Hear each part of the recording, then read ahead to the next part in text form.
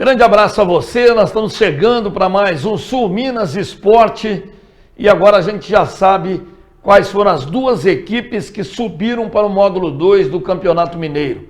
Ontem lá em Divinópolis nós tivemos o último jogo que definiu o segundo finalista e o Guarani, depois de um novo empate com a equipe do Paracatu, desta feita em 0-0, já que lá em Paracatu, no jogo de ida, terminou em 1-1, tivemos a decisão nos tiros livres diretos, cobrados da marca do pênalti. E aí deu o Guarani, jogando em casa, fez prevalecer a força da torcida e no pênalti o time ganhou por 4-3.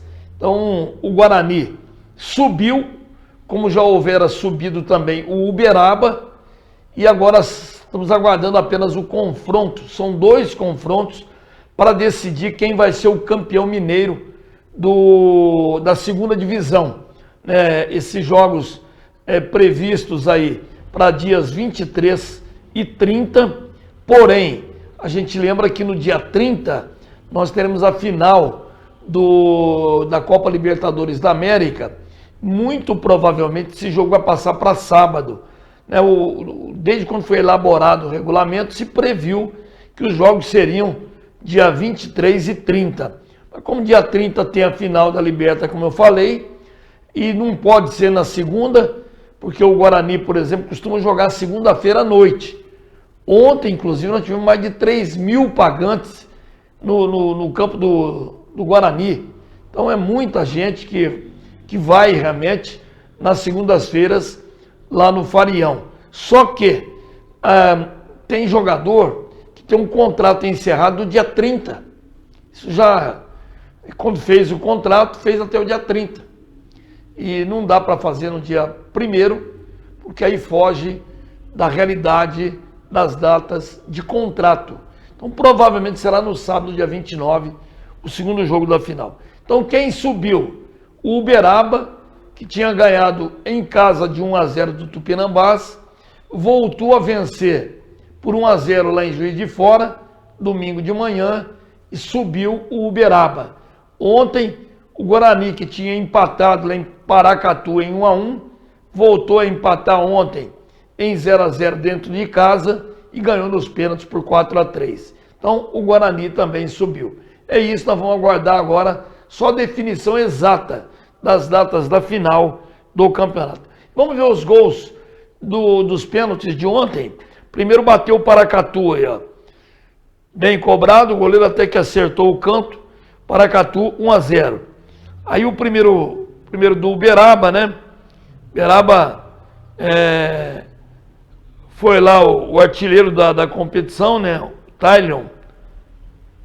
Que cobrança aí no meio do gol, o goleirão escolheu um canto, 1-1. Aí, segunda do Paracatu, zagueirão, bateu no canto, mas telegrafou, como a gente fala, né? O goleirão do Guarani foi lá e defendeu. Primeiro pênalti desperdiçado pelo zagueiro. Aí o Guarani, segunda cobrança. Que cobrança é essa, hein? Ângulo. Essa nem se o goleiro acertar o canto não pega. Aí a terceira cobrança, mal cobrada, quase passou embaixo do goleiro, mas fez o gol. 2-2. Aí o Guarani fez o terceiro gol, bem cobrado também. 3-2 para a equipe do Guarani. A quarta cobrança do Paracatu. Olha, o goleiro acertou o canto, amorteceu, mas a bola entrou. Então o que vale se ela entrou, né? O terceiro gol. E aí o quarto gol da equipe do Guarani. Significa dizer o seguinte: se o Paracatu perder o próximo, acabou. O cara jogou essa bola lá no Morro da Pitimba, que é um morro que tem atrás do campo do Guarani lá. E aí festa, né? Festa bonita, campo lotado e a torcida balançou o tal de Farião, né? Inclusive eu tenho umas imagens bacanas aí que me foram enviadas por torcedores aí. Olha aí, comemorando, celulares acesos. Olha que espetáculo. O cara estava meio bêbado aí, mas importante que ele fez esse registro, né? Olha aí que coisa bacana. O torcedor muito feliz com a conquista, né? lotadaço, né? O estádio, Varião, cabe 4.000 pessoas, tinha 3.800 pagantes ontem, quer dizer, estava totalmente lotado. Parabéns ao Guarani, desde o começo era apontado, desde o começo do campeonato, apontado como um virtual finalista e está aí garantindo a final. Só para lembrar, era do grupo do Vulcão, fez uma primeira fase impecável e nos mata-matas aí foi chegando e agora já é ascendente, já está no módulo 2 do Campeonato Mineiro e premiando, né? Porque o ano passado bateu na trave. Então é isso aí, vamos lá. Dando sequência ao nosso programa de hoje, eu queria falar da equipe de basquetebol Sub-14 da Caldense, que conquistou a vitória, uma vitória acirrada, né? Contra o clube mogiano, e avançou para a final da Liga Metropolitana. Então a equipe masculina Sub-14 obteve uma importante vitória contra o mogiano por 45-41, um jogo emocionante pela Série Ouro da Liga Metropolitana de Basquete, a LMB. Sob o comando do técnico Otávio Troiano, o time mineiro, né, a Caldense, superou a equipe paulista numa partida muito bem disputada, deu um passo importante rumo ao título da competição. Inclusive o Davi Costa Muniz se destacou como de muita relevância da vitória, afirmando que ela colocou o time muito próximo da tão sonhada final, né? Outro que está animado, ficou muito feliz, o próprio técnico, né? Que sabia que seria um jogo muito disputado, mas comemorou aí essa passagem para a grande final da competição. Então, fica dado esse recado, o time que teve o Luiz Lucas, o Matheus Marcal, o Pedro Barros, o Luca Oliveira, o Breno Lima, o Antônio Neto, o Miguel Lemos, o Antônio Lemos, o Gustavo Gomes, o Theo Valentim, o Vinícius Salles, o Davi Muniz e o Otávio Campos. Parabéns à Caldense com esse basquete sub-14, finalista da Liga Metropolitana de Basquetebol. Muito legal isso, e nós vamos sempre estar divulgando aqui as coisas do especializado da nossa veterana. Falando nisso, eu queria falar também dos atletas da Caldense, né, que participaram de um torneio do circuito, é isso? Não, aí da corrida, né? Equipe de corrida da Caldense, que se destacaram na segunda corrida SESC-Senat. Então, fica esse registro também. A gente está aqui com as informações, inclusive, sobre essa corrida. Eu tenho só o boletim que foi enviado pela Caldense. Então, vamos destacar na categoria 5 km. A Alana ficou em primeiro, a Maressa em segundo, a Karine em quarto, Eulala em terceiro da categoria 60 a mais. Nos 10 km feminino, a Júlia Lima ficou em terceiro no geral. Na categoria 5 km masculino, o Alisson Felipe em quinto no geral e o Alexandre terceiro lugar na categoria 49 a 59 anos. Então eu lamento não ter todas as informações, mas fica o detalhe da participação, pelo menos da Caldense, nesta tradicional competição que é realizada aqui em Poços de Caldas. Vamos fazer o seguinte, nós vamos agora para um pequeno bloco de intervalo e eu volto daqui a pouco que tem mais informações da Caldense ainda. Até já.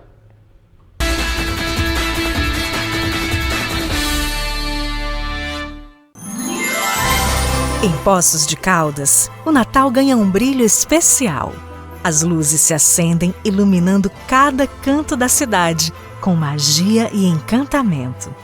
Venha viver de perto o Natal Poços de Luz, um espetáculo que vai aquecer seu coração. Traga sua família e venha se encantar com a beleza que transforma Poços de Caldas. Poços de Luz, o Natal que ilumina seus sonhos. O Plano São Luís não para de crescer. Depois de revolucionar o mercado de planos funerários e se tornar uma referência em cuidado humanizado, apoiado pela tradicional floricultura da região e com o único centro de tanatopraxia da cidade, a São Luís foi mais longe e abriu um velório todo novo, com capelas e ar-condicionado na Zona Sul. Agora, a São Luís comprou o Cemitério Parque e já fez diversas melhorias. Plano São Luís, esse é de Poços, esse eu confio.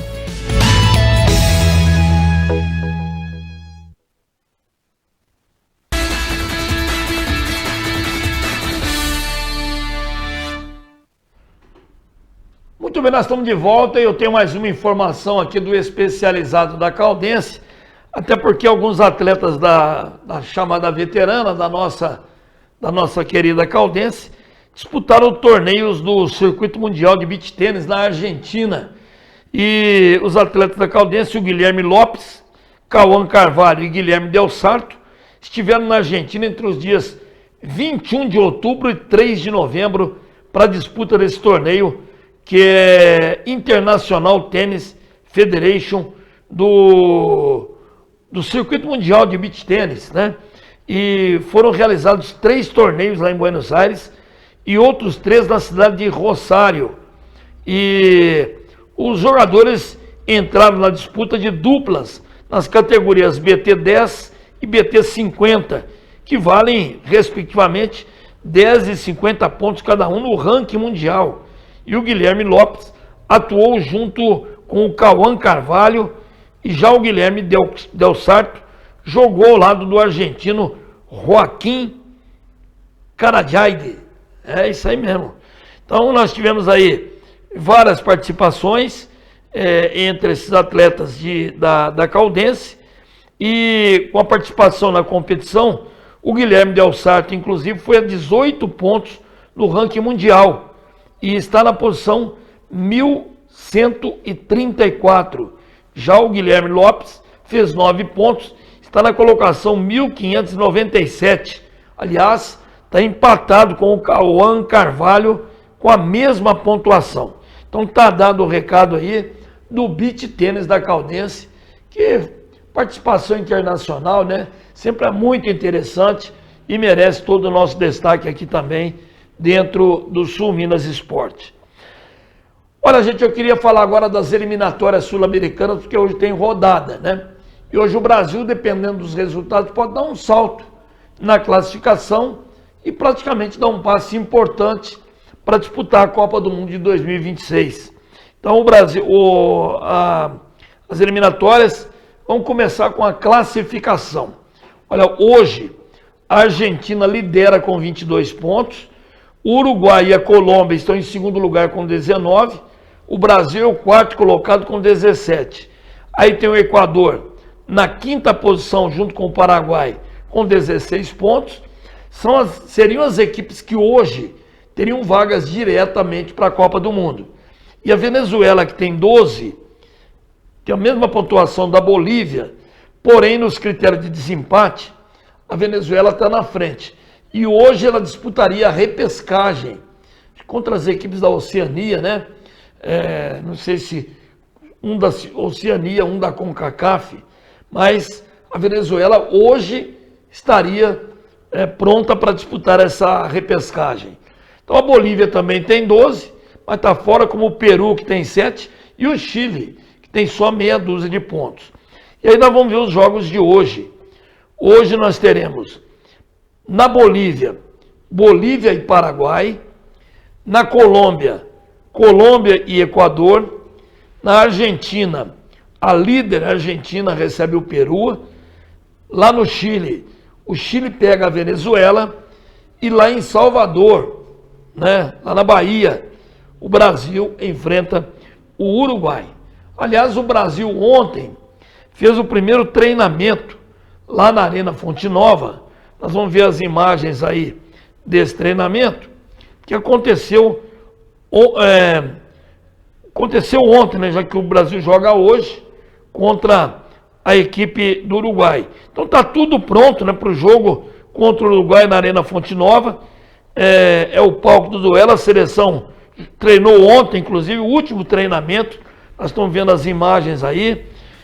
E depois do tradicional aquecimento, o técnico Dorival Júnior promoveu os últimos ajustes e comandou inclusive um treino tático técnico que envolveu bolas paradas, tanto ofensiva como defensiva, cobrança de falta, cobrança de pênalti, já que no último jogo o Vini Júnior desperdiçou um pênalti, e os jogadores também afiaram a pontaria com um trabalho de finalização.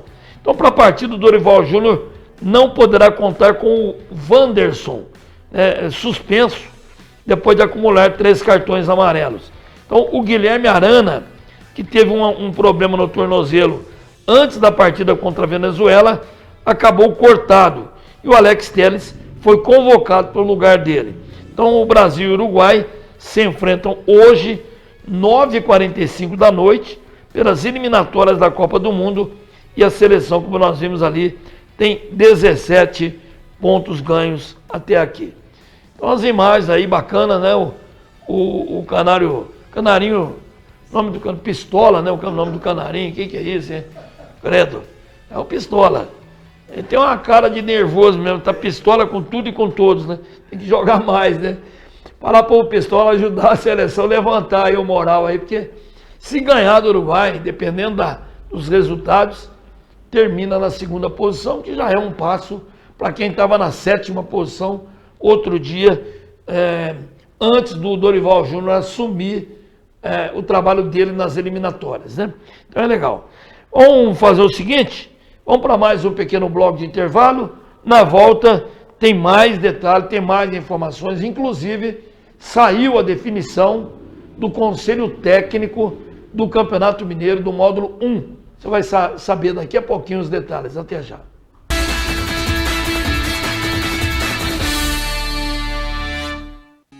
No mês do cliente, a Telemídia tem um presentão pra você.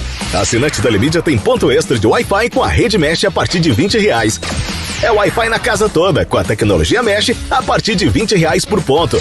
No mês do cliente, dê um upgrade na sua internet, com os melhores planos Telemídia mais a tecnologia Mesh.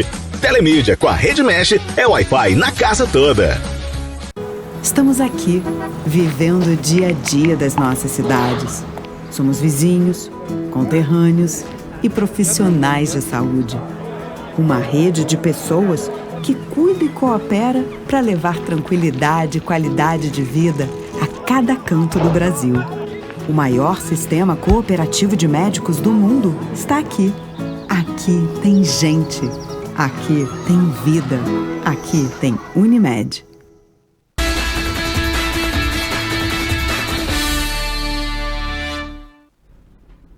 Muito bem, estamos de volta. Eu quero lembrar que amanhã não teremos o programa. Amanhã é dia da consciência negra. Nós vamos folgar, voltaremos na quinta-feira. Mas hoje eu tenho informações aqui do Campeonato Brasileiro da Série B. Até porque ontem nós tivemos 2 jogos. Ontem a gente estava preocupado com a vida do Ceará, né? Ceará do Léo Condé, do Renatinho. E o Ceará ganhou de 1-0 lá. Nós tivemos também ontem Botafogo 1 lá em Ribeirão Preto.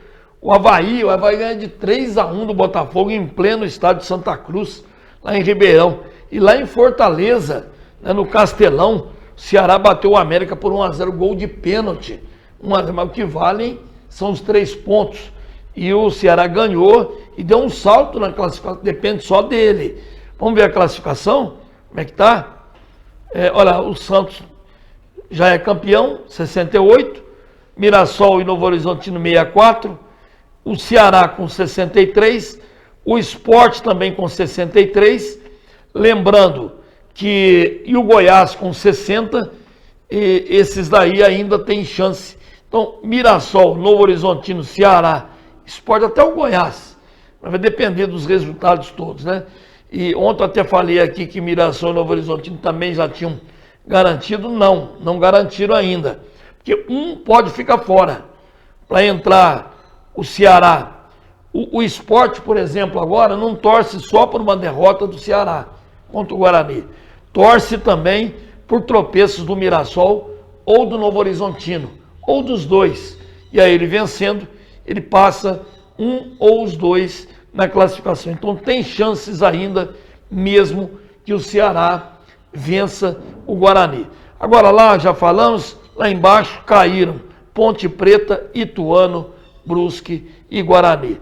Bom, o Campeonato Brasileiro da Série B prossegue. Bom, nós temos aí a sonora do Léo Condé, né, depois do jogo. Vamos ouvi-lo.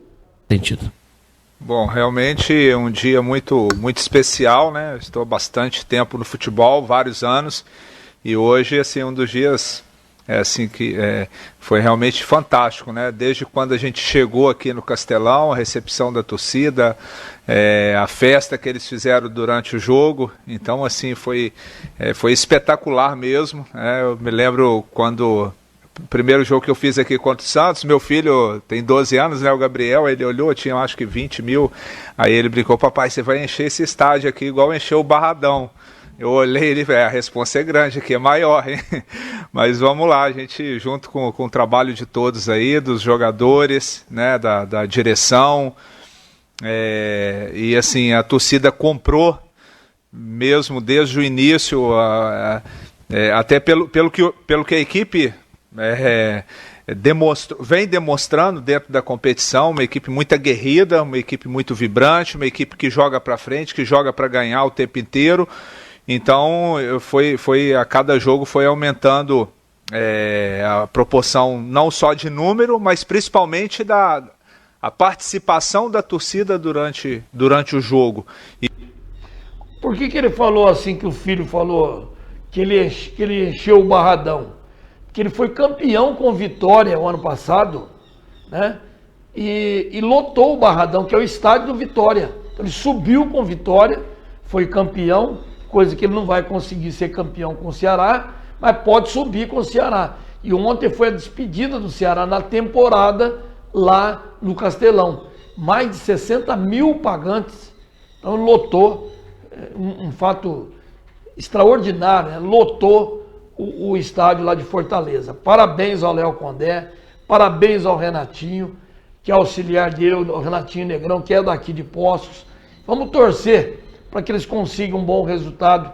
Uma vitória contra o Guarani, que já caiu lá em Campinas na última rodada, e que conquiste mais uma vez o acesso. Eu particularmente torço muito para isso, pela amizade que eu tenho com o Léo e com o próprio Renatinho. Bom, em relação ao Campeonato Brasileiro da Série A, a classificação nós temos aí, olha, o Botafogo está com 4 pontos na frente do Palmeiras, 5 pontos na frente do Fortaleza, mas a briga continua. Depois nós temos o Internacional com 59, e aí tem o Flamengo com 58 e o São Paulo com 57. São os times com vaga direta na Libertadores. Depois nós temos aí na Sul-Americana, Cruzeiro, Bahia, Vasco, Corinthians, o Atlético Mineiro e o Grêmio.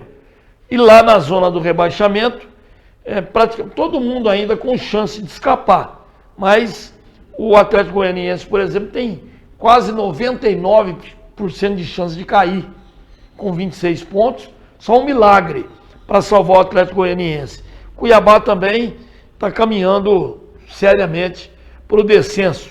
E, lamentavelmente, o Bragantino e o Atlético Paranaense, que antes do início do campeonato eram apontados como virtuais classificados até para a Libertadores, e hoje estão correndo o risco de caírem para a Série B do Campeonato Brasileiro, o que é muito lamentável.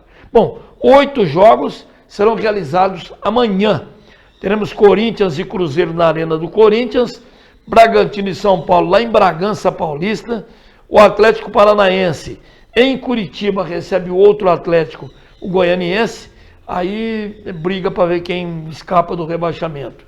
O Criciúma recebe o Vitória lá na Terra do Carvão, lá em Criciúma, o Bahia lá em Salvador pega o Palmeiras, o Grêmio em Porto Alegre é um derby, né, um clássico, diante do Juventude, o Cuiabá pega o Flamengo lá na Arena Pantanal e o Atlético Mineiro recebe o Botafogo, é uma prévia, né, da final da Copa Libertadores da América. É claro que agora tem nada a ver com o jogo decisivo, é apenas um jogo complementar do campeonato da Série A.